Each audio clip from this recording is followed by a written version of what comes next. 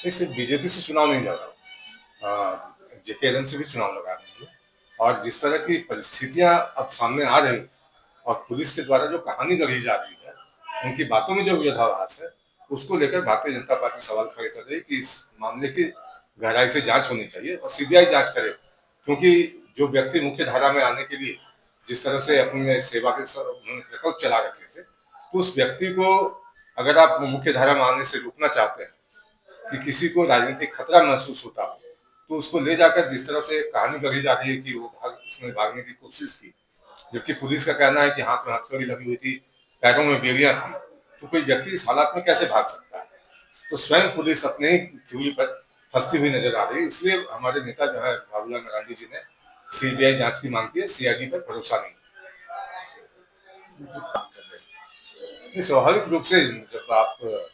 परिस्थितियां उलझी हुई होंगी, कोई स्पष्टता नहीं होगी और पुलिस की कहानी में पेच होगा, तो निश्चित रूप से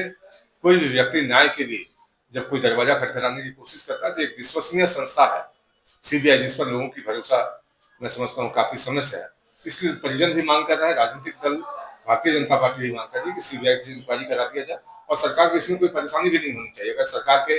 पुलिस महकमे के बात में दम है, तो वही बातें सीबीआई की इंक्वायरी में भी आ जाएगी। तो सीआईडी का और स्पेशल इन्वेस्टिगेशन टीम बनाकर इन चीजों पर लिपापोती करने की कोशिश नहीं की जानी चाहिए। कांग्रेस तो कह रही है सर कि वो अपराधी था, तो आप जो पुलिस कहानी कर रही है कि उसके साथियों ने फायरिंग करके उसको छुड़ाने की कोशिश की, कहीं आप पुलिस दूसरे बयान में कहती है कि नहीं उसने भागने की कोशिश की, तो ये जो विरोधाभासी बयान है, तो मैं समझता हूँ कि